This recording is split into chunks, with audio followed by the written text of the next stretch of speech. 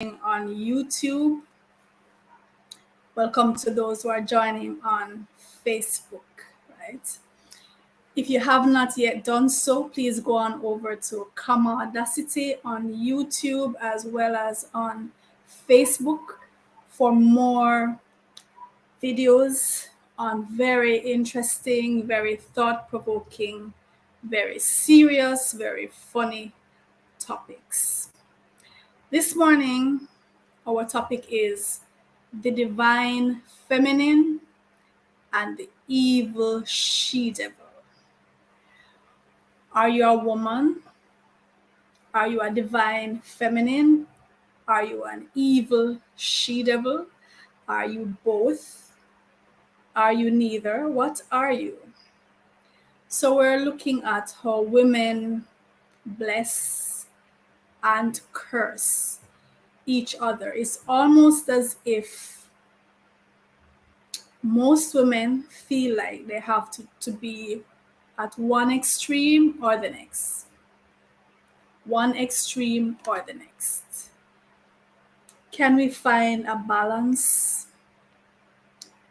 Can we learn to handle both sides? Because, as with most things on this planet, in this realm, there is duality. We have characteristics that can serve us as strengths, and these same characteristics can defeat us as weaknesses. We have to learn to harness the power. As women, we are exceedingly powerful, even in our gentleness, in our nurturing. We are powerful, even in that. We can manipulate these characteristics. We can use them to manipulate others, thereby making these powers that we have a bit of a nuisance, a bit of a nuisance to those in our lives and even to ourselves. So, yeah, I'm inviting you. This is for everyone, male and female, because as men, you must understand the women in your life. You must learn how to coexist harmoniously with the women in your life. And in order to do this, you must hear from the women in your life. You must allow her to speak. You must listen. And you too must speak and insist that she listens. It is through this communication that we learn how to live harmoniously with each other. So, we're going to look at the duality of the feminine. Of course, this duality exists in the masculine, but this morning we are focusing on the feminine. I remember as a little girl, I read a poem. I think the poem was about different days of the week and babies who are born on a particular day, what characteristics they would have. I don't remember what day it was, but I remember one of the lines in that poem. It said, "And when she was good, she was very, very good. And when she was bad, she was horrid." Right? When she was good, she was very, very good. And when she was bad, she was horrid, horrible. That line stuck with me because even then, as a little girl, I internalized that and I said, I am kind of like that. I'm kind of like that. And I respond to others based on how they approach me, based on how they deal with me. Even now, I still have that trait. When I'm good, I'm very, very good. When I'm your friend, I'm an excellent friend. When I'm your partner, whether an intimate partner, a partner doing work on the job, a partner At school, I am a very good person to have on your team. When you hit me the wrong way, when you come at me the wrong way, I can be terrible, horrid, horrible. And it's a part of me that I try to subdue because I know how devastating it can be. Right. So I think I have learned to live in such a way that with most persons, once you're not aggravating me, you're not putting yourself in my way, things will be harmonious. I see some women, though, it's as if they go out of their way to be inharmonious with others. And that's what we're going to talk about. Now, I'm going to start by sharing a very funny thing with you. It's hilarious, and actually it's a coincidence. You know, these things happen. When I decided that this was the topic that I was going to talk about this week, right? You know, for me, I'm gonna call it the universe because that's how I see it, right? I also have a name for it. I call it spec. And for those of you who are familiar with my writing, you will know that that's my name for God, spec. If you're interested in finding out more about my concept of God, sorry, and why I have decided to call it spec, you can go to some of my books or just drop me a message and I'll send you information on that, right? But spec works for me in ways like once I'm in tune to a particular thing, I will just see information coming from all over the place about that thing. So I had it on my mind to look at this topic this morning about women and how we can be so positive and so negative to each other. And yesterday I was scrolling on Facebook, and this thing just popped in my notification. Someone, I don't know how, but someone had gone on my page and had dug up this post from 2019. So that's what, 3.5 years ago. What was this person doing having access to? I mean, it's not even like it's the anniversary of the post where, you know, sometimes Facebook pops up these anniversary things on the day, right? This was from September 2019, and it had to do with the relationship between women. It's a humorous post. I'm going to share it. I'm going to share that post with you and, you know, use that as the kind of anchor that we're gonna get things rolling on today, right?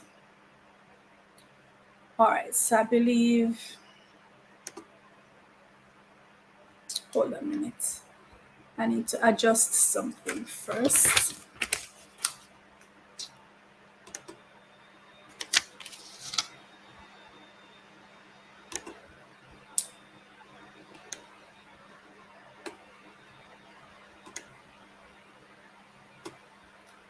All right.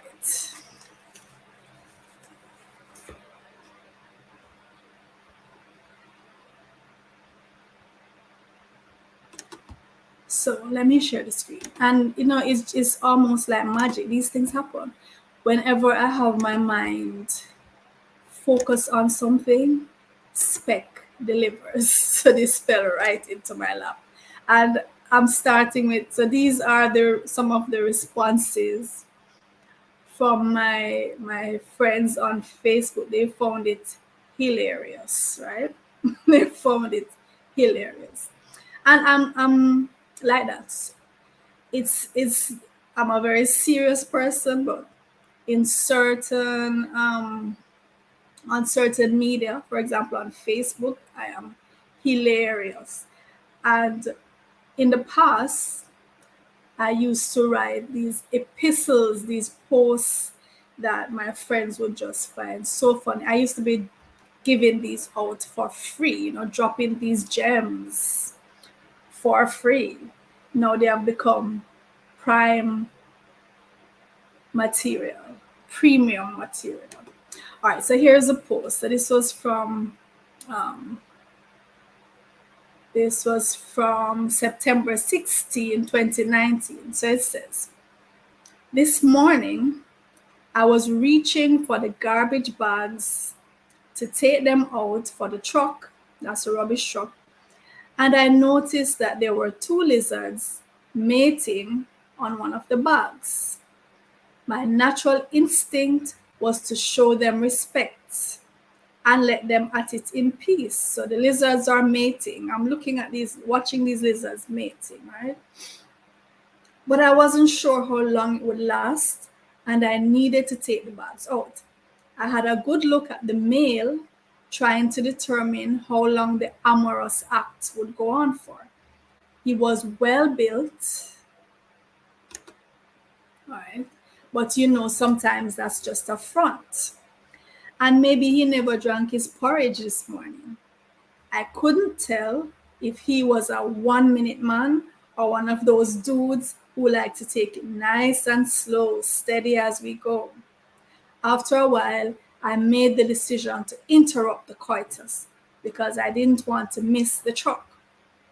I shook the bag and they both scampered off, the dude pulling up his pants as he ran.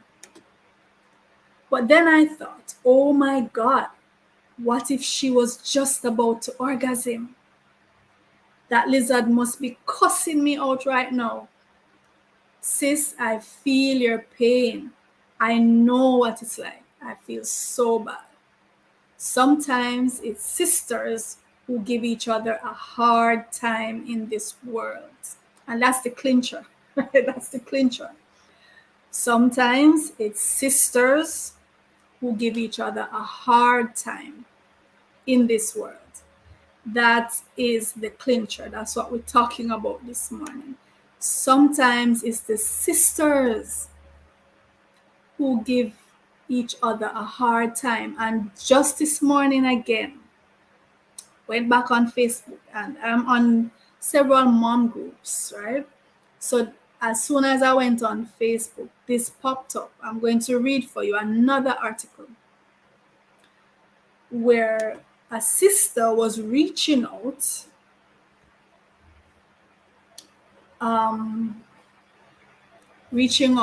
to the other women on the platform, crying out for help.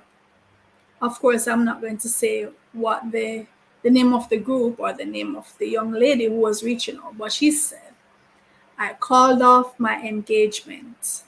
I found out my fiance was cheating. What's crazy is the woman contacted me while we were at, so she mentioned the place, while they were at this place. The woman contacted her.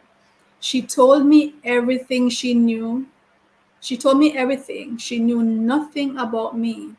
He was acting like a single man. I know I can't be with him, but y'all, I'm so hurt. I feel so betrayed. I literally never saw any signs of cheating. I feel like the world has stopped, but still moving. I'm heartbroken because I was planning a wedding, planning to be with this man forever. I feel like this is a bad dream, but I'm still moving. I'm heartbroken because I was planning a wedding, planning to be with this man forever. I feel like this is a bad dream. I had never thought I would ever again have to feel this type of pain. I feel broken, hurt to the core. I feel embarrassed. Went from planning a wedding to looking for my own place. Y'all, I'm not okay. She says, y'all, I'm not okay. I can't share this with anyone because I feel like a failure. How can I move on? What will people say? I just want any type of advice. Now, two things here, right? One, it's really good that we have these safe spaces, right? We have these safe spaces for women on social media, these women's group, these mom groups that can provide support. Here is this sister, no one else to reach out to on her home front, right?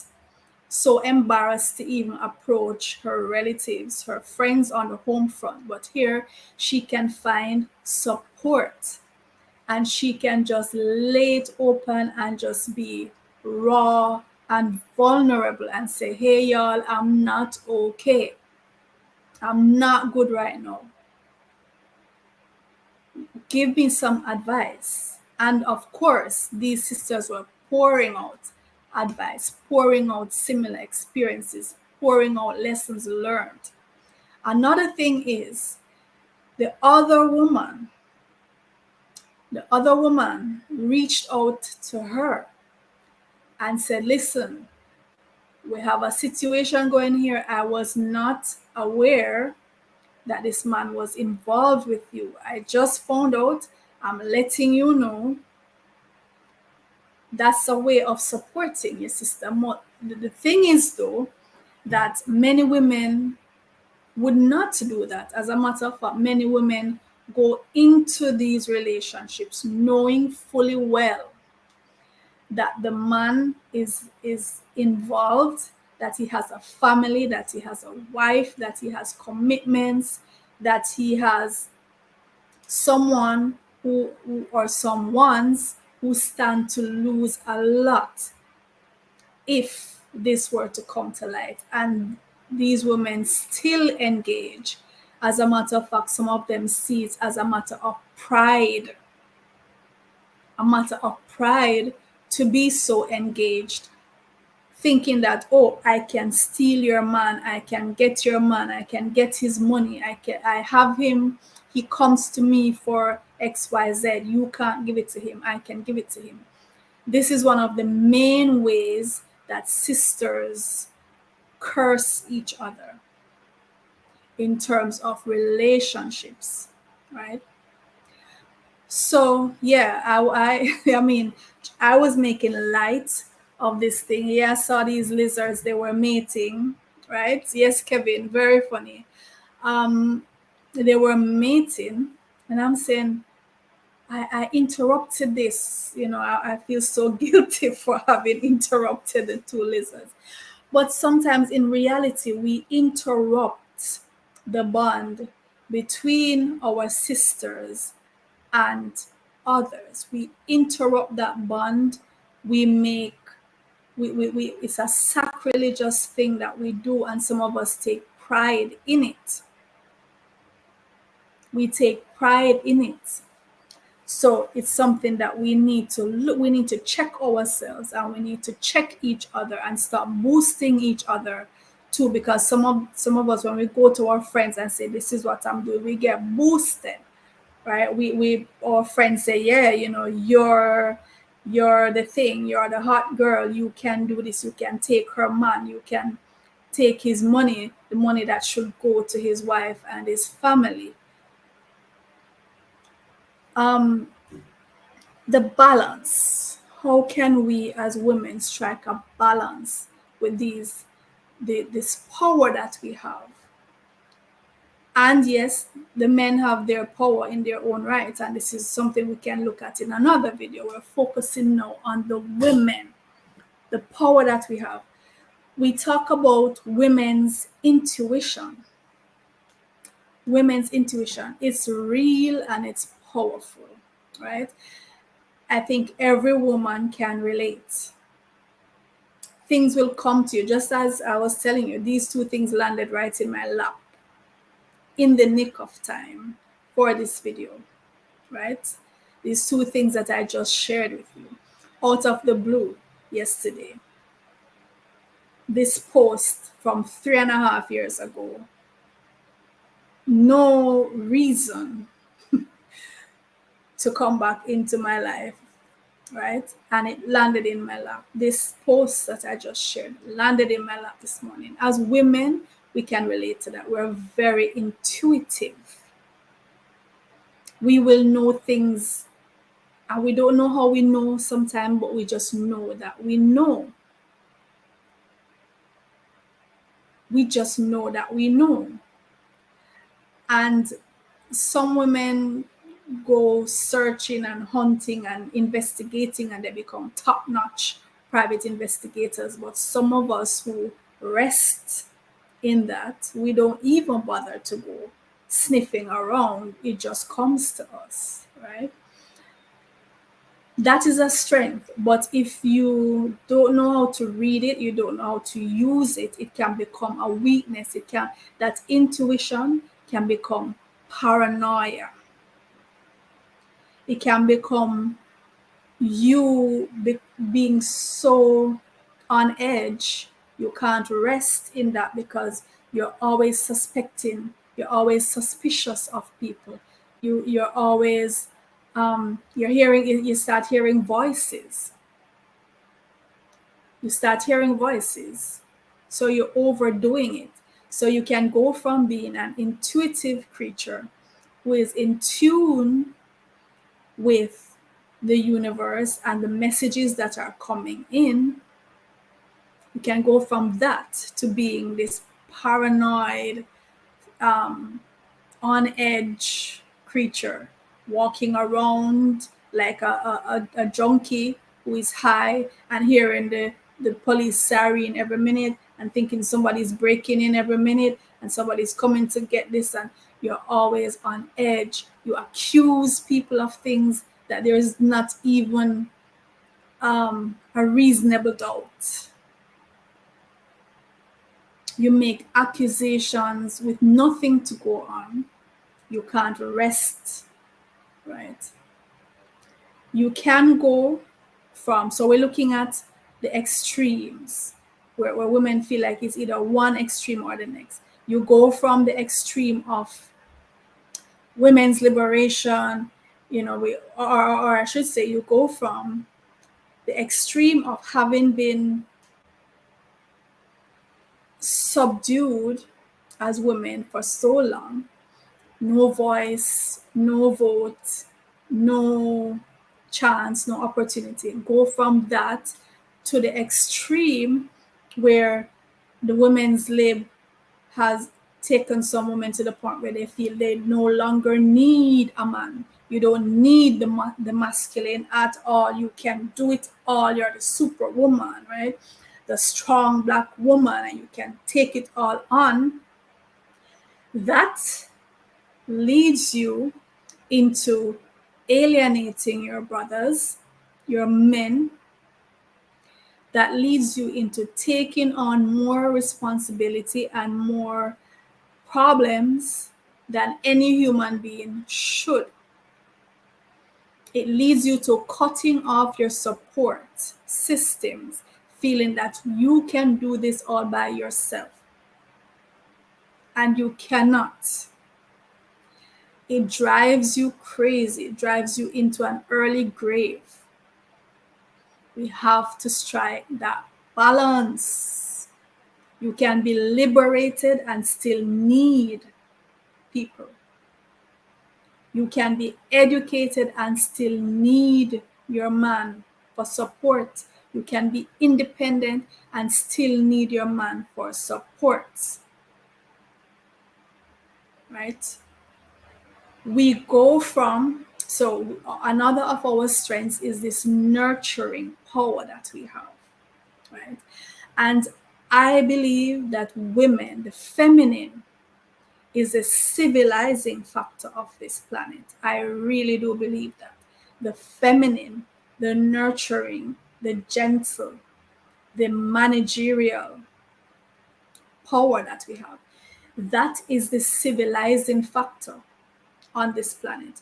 Women are the drivers of civilization. I stand on that. We build the family. Hi, Amaguru, welcome. We build the family. We hold the family together, right? our methods of doing things are more geared towards peaceful resolution of conflicts, even if they do arise, peaceful resolution, right? Our ability to multitask, to manage things. Women are the managers, right? Women are the civilizing factor on this planet. But we can go from that strength, right? We can go from that strength of being the nurturers and we can overdo it. Yes, Amaguru, we are the homemakers. We hold the family together.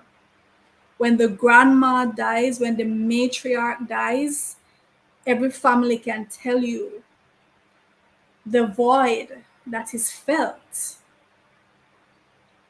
When we overdo the nurturing, it can cause us to raise boys who never become men because we never allow them to come into their own and to take their place.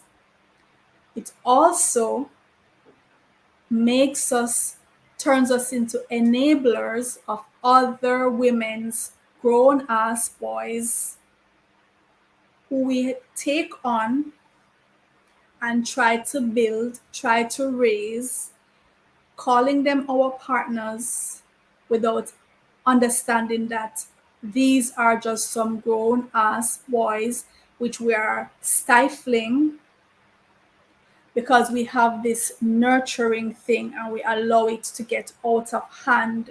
We want to raise everybody. We want to spoon feed everybody. We become enablers. So it can get out of hand. Our intuition can become paranoia. We have a progressive nature. I am at college now. And whether you want to look in it's online, right? So you see, look at the names or you listen to the voices, it's mainly women. Women are progressive. We want to build ourselves. We want to improve ourselves. When I go in the morning to do my laps around the field, if there are 20 persons on the field, best believe 17 of them are women. Women take care of themselves. They want to stay healthy. They want to build their minds. They want to keep learning. They're starting businesses. We are progressive, right? And we are nurturing. We're building. But sometimes we allow this to get out of hand. And to the point where we take away that impetus that people even had to build themselves because we want to build them. So we have to learn even to control those strengths, those positive things about us. We have to learn to control it, or it's going to become detrimental. We, as women, we have been accused of being, too emotional, and it's really difficult to please people, right? It's difficult to please. It's either you're being accused of being too loose or too tight, right? You're either too loose or too tight. You're too independent or you're too submissive, right?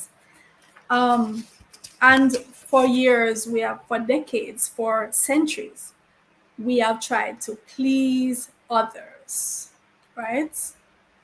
So I'm a guru saying this is why the partners of very successful women are deadbeats or lazy. And this is true if we allow it. So we have to be careful. We have to be careful what we allow. Our nature is to nurture and to support and to propel others. sometimes leaving ourselves behind, and we have to learn to balance that, right? So right, so it's either there people are saying, oh, you're too submissive or you're too independent, right? You're too emotional or you're too cold-hearted. So you're either a victim or a villain. We have to learn that balance. The other day, just last week, I did a video. I think I did 2 videos about Khadijah Brown. I did 2 videos on my channel, Commodacity, about Khadijah Brown, this Mississippi woman who she slayed her husband on Facebook Live, right? Facebook Live last week. I did 2 videos about it. She was just so aggressive and up in this man's face. She wanted confrontation. He was trying to get away from her. She went on Facebook Live, so everybody was seeing the altercation. At one point, the phone was thrown down so you could hear it. You heard the moment when this man was slain. And I was saying, women, learn to control. It's like we think because we're seen as the weaker sex, right? People are not going to retaliate, or they're not, or you're going to allow things to escalate to the point where anything goes. Now, after this incident happened, she was there saying, oh my God, I didn't mean it, and telling the guy to wake up. After she just put a hole in the man, she's telling him to wake up. We have to exercise control over ourselves. I operate a school, right? I operate a school. Last week, I was saying to one of the teachers here, I was reflecting to her, and I said, in 1 year, in this past year, 4 parents have come to the school in attack mode, in fighting mode. Why? Because they disagree with the rules, with certain rules that we have. No, I'm a very strict administrator. You probably can tell. Very strict administrator, and the rules that I lay down for my school, they stand and they are not debatable. These 4 parents who came to this school up in arms, arguing, loud mouth, everybody could hear them from a mile away. What were they arguing about? They were arguing about rules that are established at an institution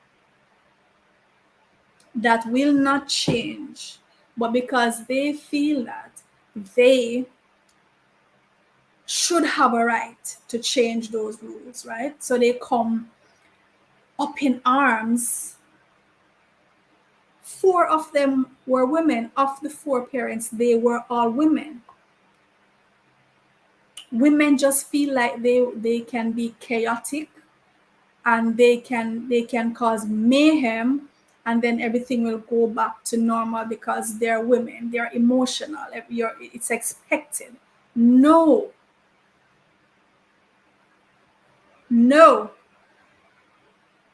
we have to harness those emotions of ours and stop being bullies. We bully the people in our lives, we bully our men, and we hide behind this notion of, oh, we're the weaker sex, oh, we're emotional, oh, you have to accept this is just how we are. No,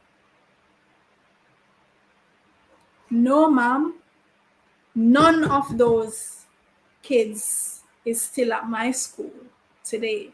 None of those 4 is still at my school today. You will not be disrespectful. You will not disrespect the rules of my institution and come to my school for everybody to hear you carrying on. No, ma'am. Harness that. Harness those emotions. Please, ma'am. Control yourself, ma'am. No male parent has ever done that. But as women, we feel like we can let loose.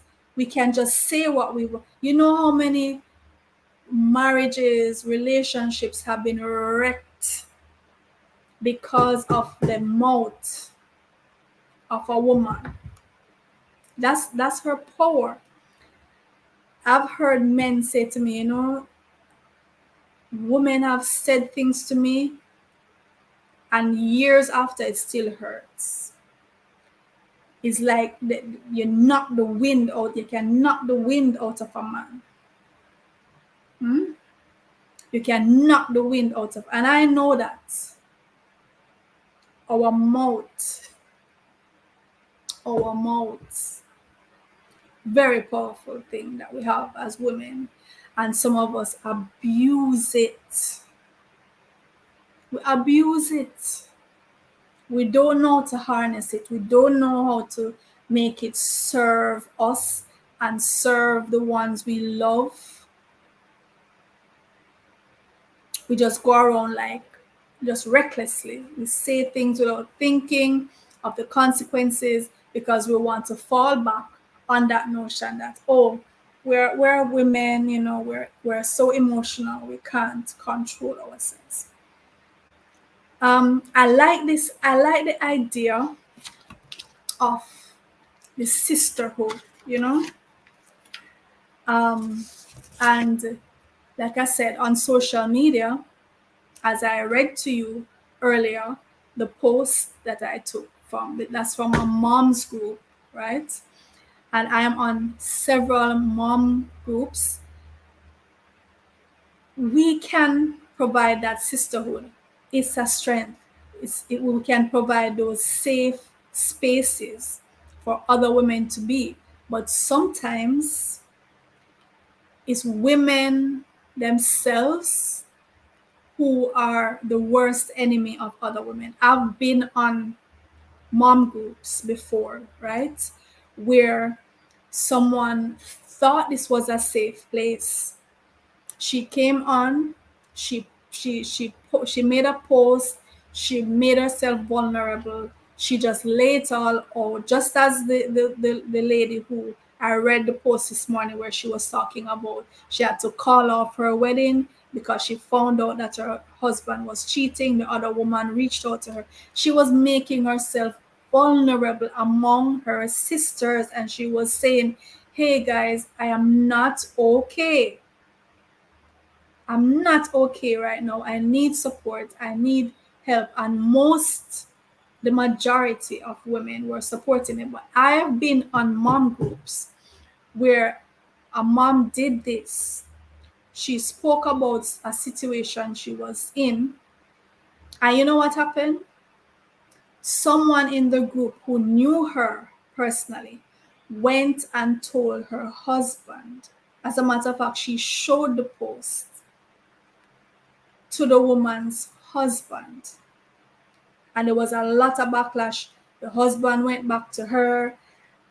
You understand how that went, to the point where she just took herself off the group, eventually out of the group.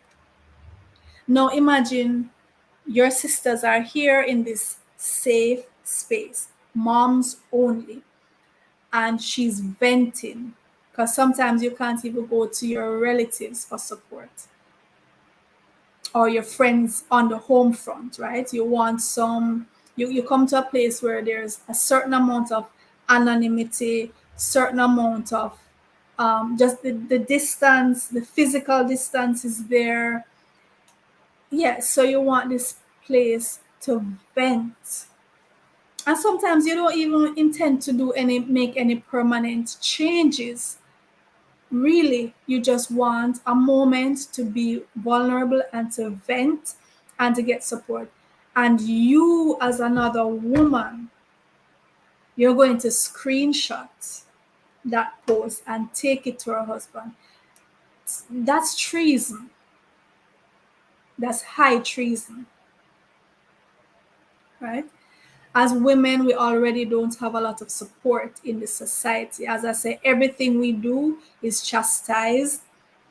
You're either to this or you're to that. You're to this or you're to that. If you try to progress, you're too independent. You're going on as if you're better than others. You're going on as if you don't need others. How can you take that sensitive information and bring it to somebody's husband? That is high treason. And I have had that done to me several times.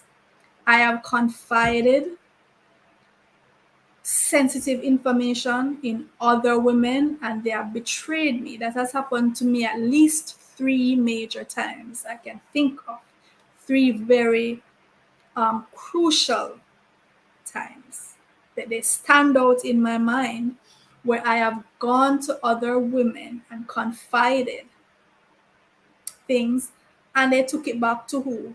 Men. Now we all know how the pillow talk goes, right? I'm not even saying that I've never been guilty of that. I mean, I love pillow talk. It's something I post about a lot on my page. I really love that ambience, you're cuddling up with your guy and you talk. It's called pillow talk for a reason. And sometimes in the presence of testosterone, our mouths tend to go like this. It's like we can't help it, but we have to try to help it, right? I have been guilty of that, right? I remember watching a comedy. I think it was probably Everybody Loves Raymond. And so someone was telling the wife some secret, right? And Raymond, I think, was saying, what is it? And the person was saying, no, I don't want to tell you. I'm telling your wife. This is not for you, right? And the wife just winking. No, well, the wife said, Raymond, or whichever man it was in the comedy, this is personal information. Don't try to get her to tell you. She wants to confide in me. And then she just wink him and say, I'll tell you later. And we all can relate to that. We as women, we tell our men stuff, right? I remember this woman saying, if so whatever you tell me, you're really telling to me and my husband. Um, it's like I also remember it's like these things just coming back to me now. This other woman was saying she told her husband when he proposed to her, she said, listen, if you marry me, you're really marrying me and Elvis. Yeah. It's me and Elvis. We go together. I totally get that kind of thing. Your union, your husband, you share information. And it just so happens that a lot of that, because you gossip with your spouse. I gossip with my partner. I'm guilty of it. But I'm just saying we have to be a little more some things are just too delicate even to share with your spouse, right?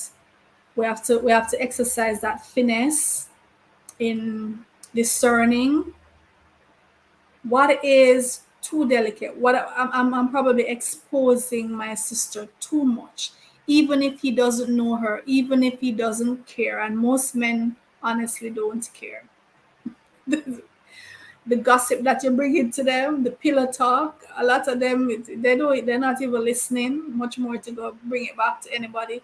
But some do. And even if they don't, is this something that, just think about it, is this information that you would have wanted someone else to share about you, right?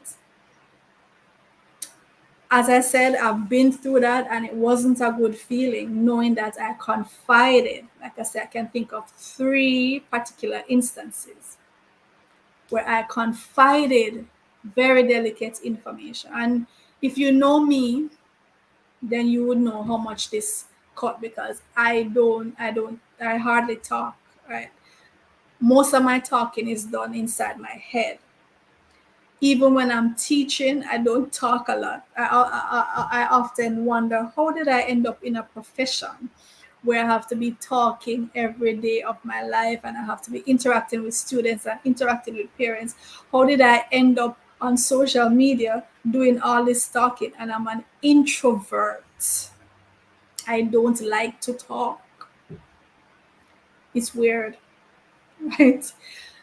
So you can just imagine, if you go to the point where you confide in another female, someone who you're assuming have enough, um, you have a strong enough bond that they will understand this is between us, only to find out that they take it and run with it to another man. It is treachery, it is treason, it's high treason. It should be punishable by the guillotine.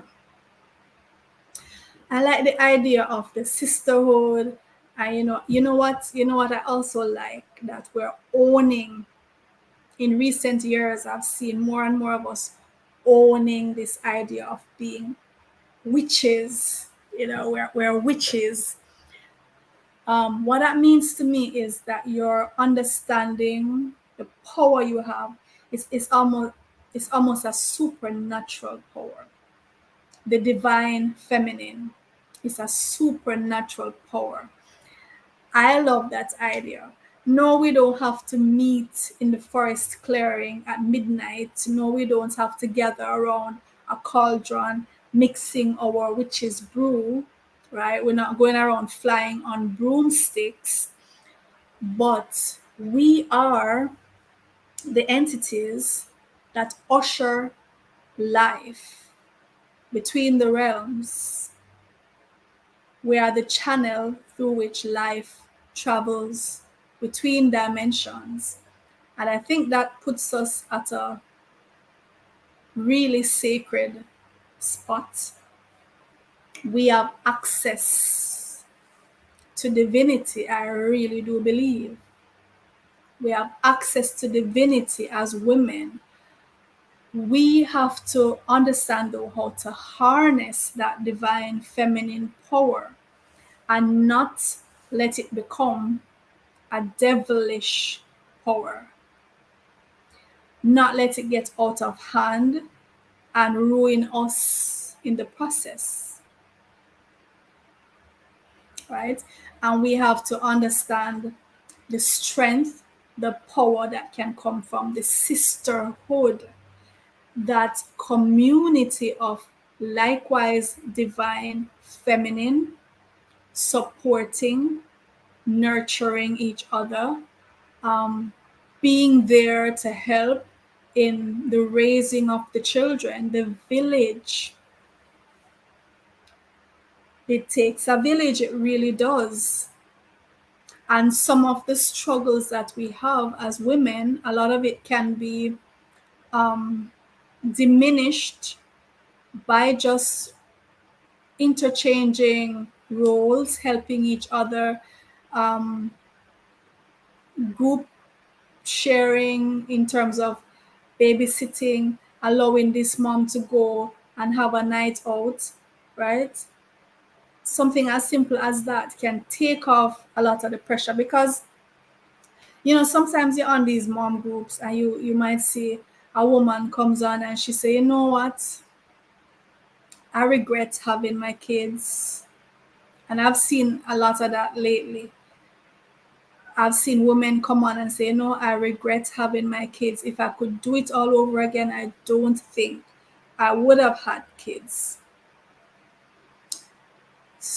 A few times she does mean that, but I would venture to say most times she doesn't really mean that. She's just saying, you know what, I'm exhausted.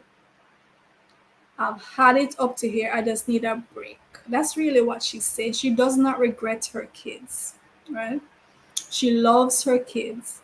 She wants her kids to be here. She wants to be a good mom. She just needs a break. And if we can come in as sisters and support that, give her a day off, a night off. By tomorrow morning, she's good. She's good. She's ready again.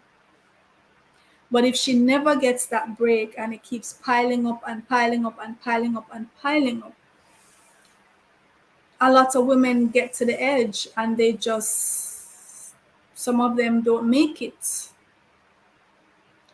Some of them just, everything gets to them, and the kids get to them, and they might say things to the kids that they don't really mean because of the stress.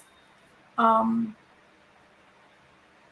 So just be supportive. Sometimes that's all we need to do, is to offer some support to the other women in our lives. And I would really like to name some women who have been really supportive to me in my life, really supportive in my career, supportive in my motherhood. I want to call out Daidan, Ashanta Daidan. If you're watching this, or those who are watching, if you know Daidan, you can tag her for me. She's such a supportive Black woman.